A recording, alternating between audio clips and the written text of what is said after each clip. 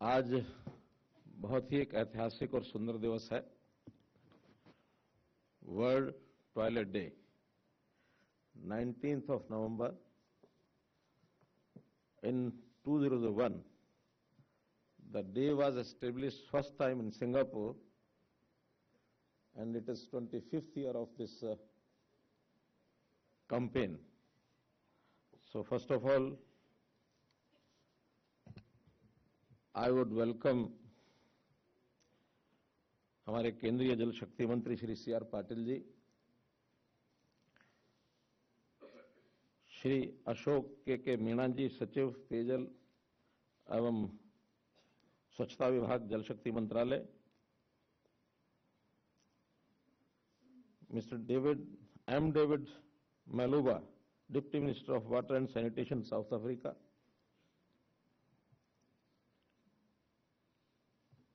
Madam Rupa Mishra, joint secretary, urban development department and mission director of Swachh Bharat Mission, Dr. Nishtha Mehta ji, World Bank, Shri Pankaj Jain ji,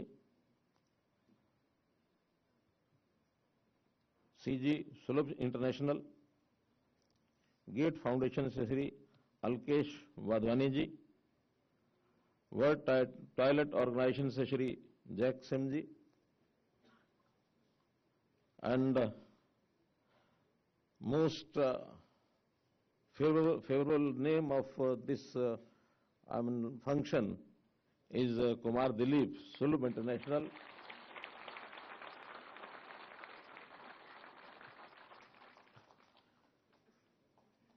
Ambassadors of Bhutan and Sri Lanka who are sitting front side, welcome you also. Representative of various nations, participants online from all the states of the country, सभी हमारे सज्जन वृंद, media के मित्रों, जैसा मैंने बताया कि आज का ये अवसर एक ऐसा अवसर है जब दुनिया के एक बहुत बड़ी चिंता का विषय उस पर विचार कर रहे हैं। हम देखते हैं कि now globe is a village, और पूरा ग्लोबल एटमॉस्फेयर में सबसे ज्यादा कोई चिंता है तो एनवायरनमेंट की बहुत चिंता हो रही है।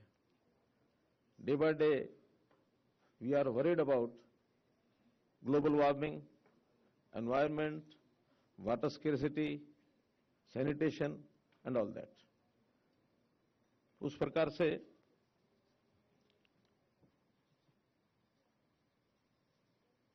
ये जो वर्ल्ड टॉयलेट डे है, इसको यूएन ने भी मान्यता दी इन 2013। उन्होंने भी कहा कि जो हमारा SDG 6 है, क्लीन वाटर एंड सैनिटेशन, इस पर सारे वर्ल्ड को काम करना चाहिए, and we should fulfil this aspiration by 2030। तो एक टारगेट रखा गया है कि 2030 तक हम सैनिटेशन का, क्लीन वाटर का, ये जो सब देशों की समस्या है, इसके ऊपर कैसे काम करें। धीरे धीरे इस ग्लोबल प्लेटफॉर्म के ऊपर बहुत लोग फंडिंग भी कर रहे हैं, ट्रेनिंग के प्रोग्राम भी कर रहे हैं, टेक्नोलॉजी के नाते से भी बहुत एक प्रकार से आगे बढ़ रहे हैं। तो उस टेक्नोलॉजी को लेते हुए एक दूसरे का सहयोग कैसा हो, इस प्रकार के जो सेमिनार्स हैं through out the world at different platforms, उसमें बहुत बड़ी चीजों का आदान प्रदान होता है। आज भी हम शायद दिन भर बैठेंगे, 2 दिन के लिए हमारा जो सेमिनार है इस पर हम काम करेंगे। मित्रों, जैसा पाटिल जी ने बताया, अपने देश का ये जो आंदोलन, खास करके जो आजादी का आंदोलन चला था गांधी जी के नेतृत्व में, उन्होंने उसी समय कहा था कि एक आजादी तो जो हमारी स्लेवरी से हमको आजादी प्राप्त करनी है वो है, और दूसरी आजादी हमको ये जो गंदगी से आजादी, इससे भी चाहिए। जैसा उनका प्रत्यक्ष उदाहरण आता है कि रेल के तीसरे श्रेणी के डिब्बे में उन्होंने स्वयं शौचालय को साफ करके इस अलख को जगाया था। ये बात अलग है कि 47 में हमको आज़ादी मिल गई, लेकिन ये दूसरी स्वच्छता की जो विषय था, ये बहुत वर्षों तक दबा रहा। मैं आभारी हूं अपने देश के वर्तमान प्रधानमंत्री जी का, जिन्होंने 2014 में लाल किला से इस चीज का आह्वान किया था। और इस चीज का आह्वान करने के पीछे जो बैकग्राउंड है, क्योंकि इसी प्रकार का जो वर्ल्ड समिट इस ऑर्गेनाइजेशन का, जो वर्ल्ड टॉयलेट ऑर्गेनाइजेशन है, इसका जो एक वर्ल्ड समिट 2007 में भारत में हुआ था, डॉक्टर एपीजे अब्दुल कलाम ने उस समय उद्घाटन भाषण में कहा था कि हमको इस मुहिम को चलाना चाहिए। और उसके बाद चर्चा करते करते जब मोदी जी शासन में आए, तो उन्होंने पहली बार इसकी घोषणा की कि हमको अपने देश को और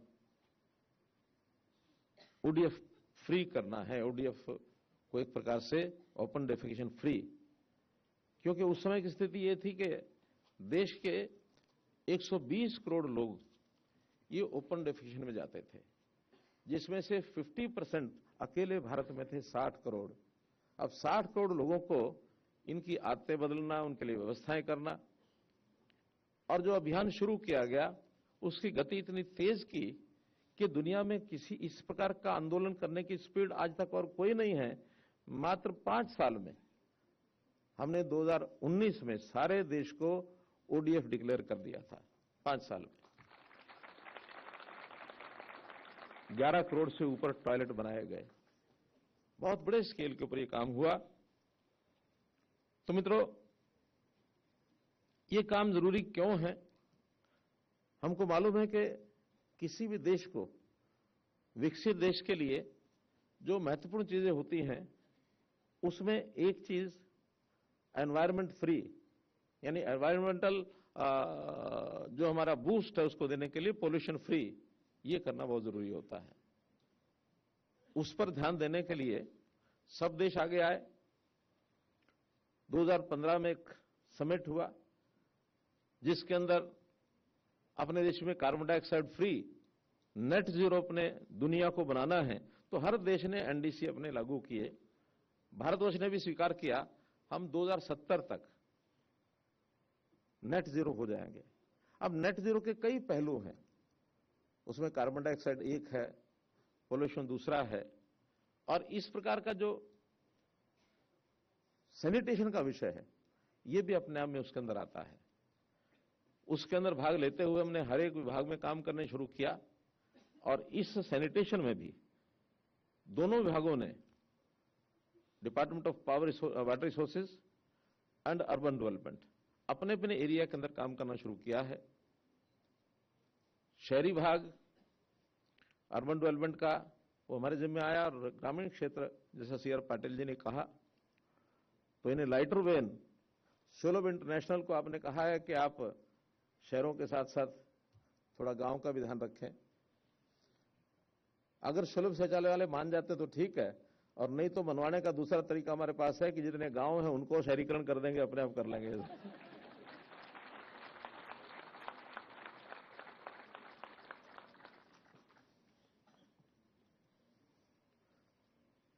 तो मित्रों, इस सारी प्रोसेस में हमने जो स्वच्छ भारत मिशन, इसका जो अभियान चलाया है, उसमें खासकर कचरा, इसका डिस्पोजल, ये अपने में एक बहुत बड़ी समस्या इस देश की है।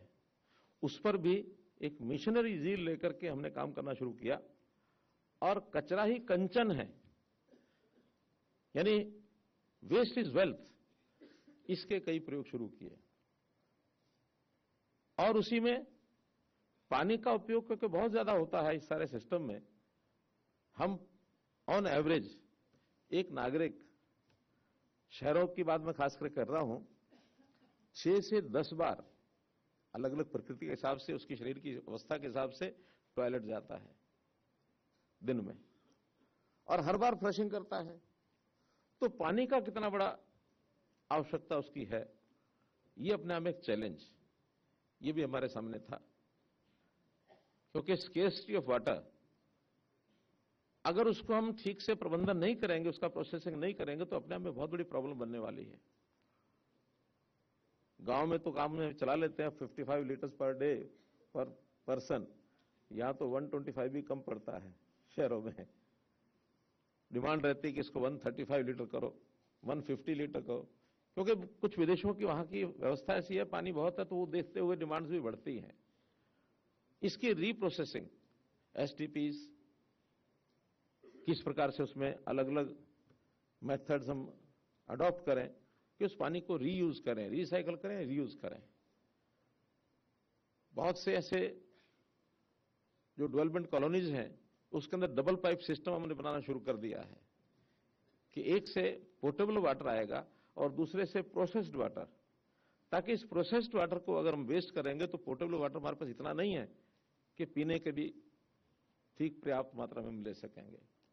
तो इसलिए ये बड़ा काम भी, बहुत बड़ी एक इंडस्ट्री बन चुकी है। इस इंडस्ट्री में इन्वेस्ट करने वाले लोग भी बहुत आ रहे हैं, टेक्नोलॉजी भी बहुत तरह की आ रही है, टॉयलेट्स भी बहुत प्रकार के अब नए नए इजाद हो रहे हैं। टेक्नोलॉजी अलग बात है, इस टॉयलेट का तो मैं कई बार विचार करता हूं, हम छोटे होते थे तो इसके नाम ही इतनी बार बदल चुके हैं, यहां तक आते आते कई नाम हो चुके हैं। शौचालय, टॉयलेट, रेस्ट रूम, और अभी तो नया नाम आ गया पाउडर रूम। उसी प्रकार से टेक्नोलॉजी भी आवश्यकता है वो बदल रही है। ऑर्गेनिक टॉयलेट्स आ गए हैं ताकि उसका उपयोग ठीक से कर सकें। दुनिया के शहरों में जब जाते हैं तो ऐसे नए नए जो विषय सामने आते हैं, उसके अंदर सबसे पहले इसकी रैंकिंग का काम शुरू किया सिंगापुर ने शुरू किया। सिंगापुर में आज जितने भी पब्लिक टॉयलेट हैं, कॉमन टॉयलेट्स हैं, वहां बाकायदा उनकी रैंकिंग के बोर्ड लगे होते हैं। ये 5 स्टार है, ये 3 स्टार है, इजंट सो? तो वहां उसमें पता लग जाता है कि इस टॉयलेट का उपयोग करने के बाद हमको क्या क्या सुविधा अंदर मिलेंगी। अंदर पेपर है कि नहीं है, अंदर ड्रायर है कि नहीं है, अंदर पानी की व्यवस्था कितनी है, स्वच्छता कैसी है, वहां ग्रीनरी कैसी है उसके आसपास। तो उस प्रकार की स्टार रेटिंग, और उस स्टार रेटिंग से ही उन शहरों का एक प्रकार से पता लगता है उसका वैल्यू क्या है, उसका लेवल क्या है। वैसे तो किसी घर में भी अगर जाते हैं ना, बहुत लोग तो ये समझते हैं कि जो ड्राइंग रूम है उसी को देख के लोग प्रसन्न हो जाते हैं, ड्राइंग रूम कैसा था, कितनी खुशबू थी। लेकिन सही मायने में अगर मूल्यांकन करना हो तो उस घर में किचन कैसा है, टॉयलेट कैसा है, ये आप देखेंगे तो उस घर का लेवल पता लगता है आपको।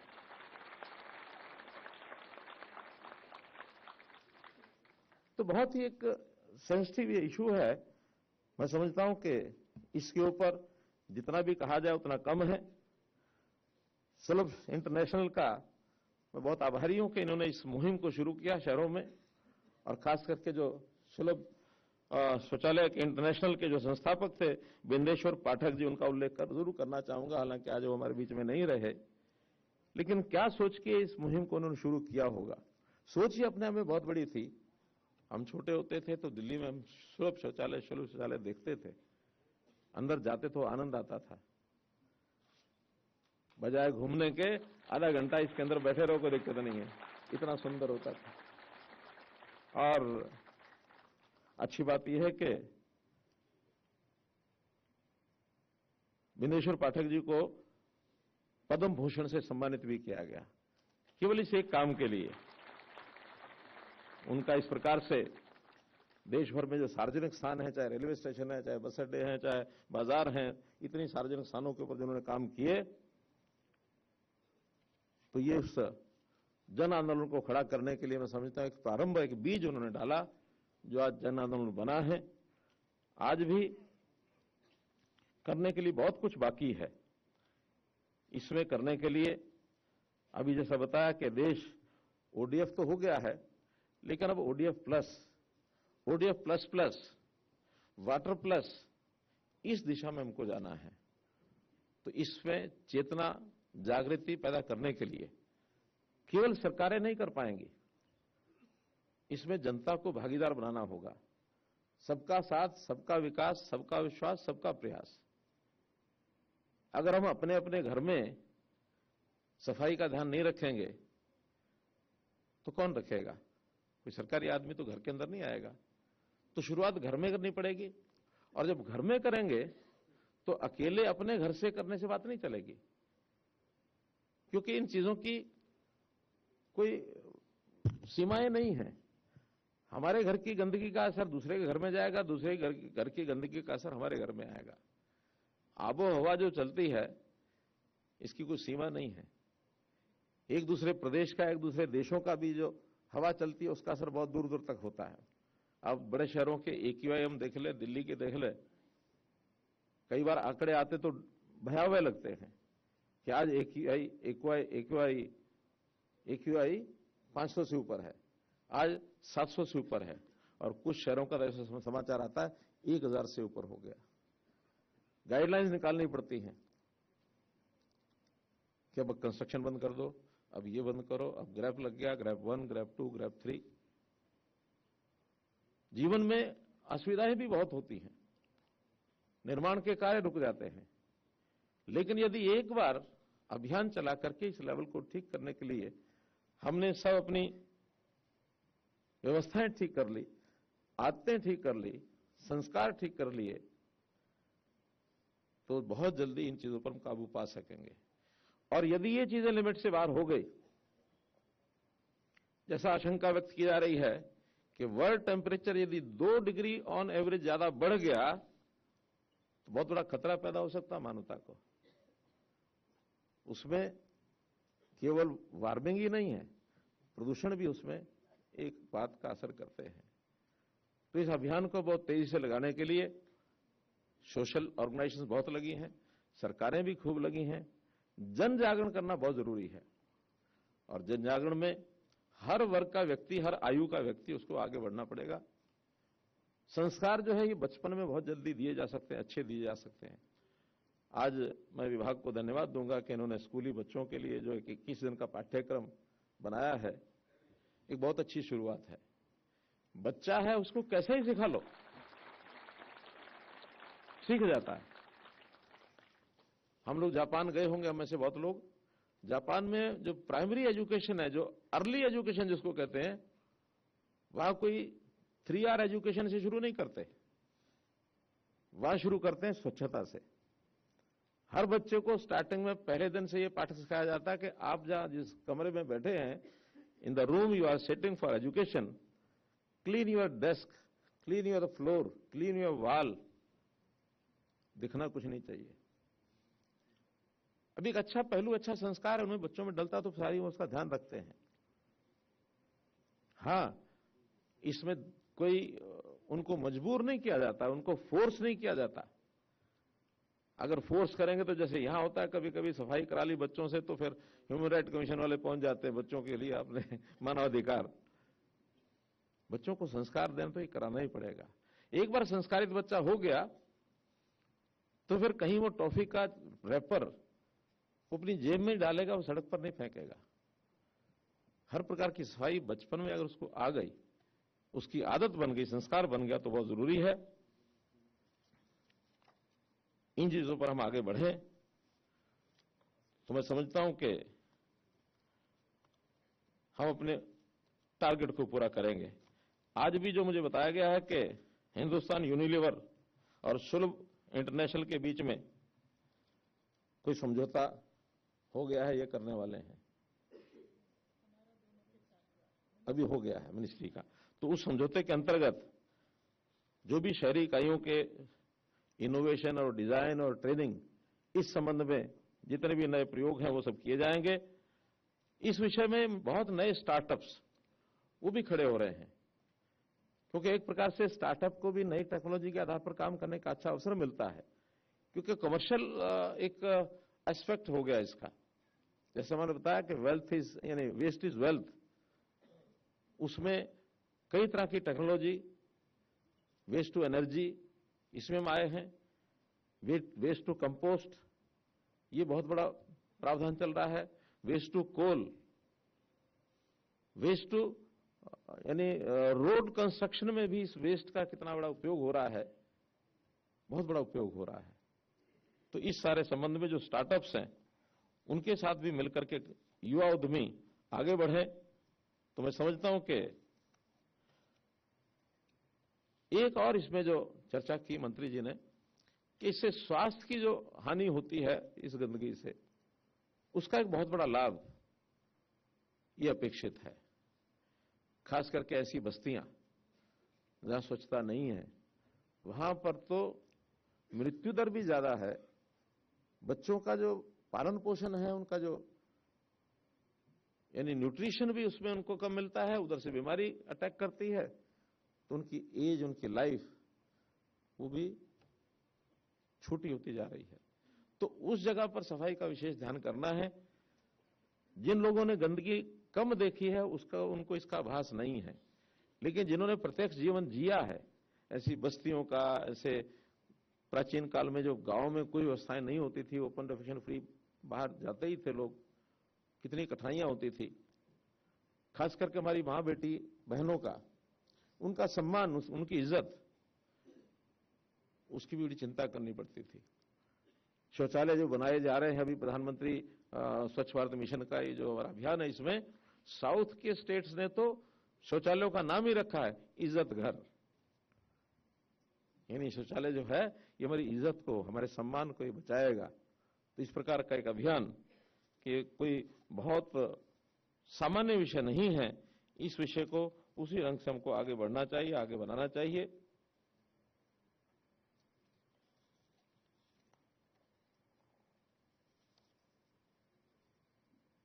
मित्रों, इन सब बातों को केवल मैं इसलिए चर्चा कर रहा हूं कि आज के इस कार्यक्रम के बाद हम सब स्वयं अपने दायित्व को निभाएं, जितनी जागरूकता समाज में पैदा कर सकते हैं उतनी पैदा करें।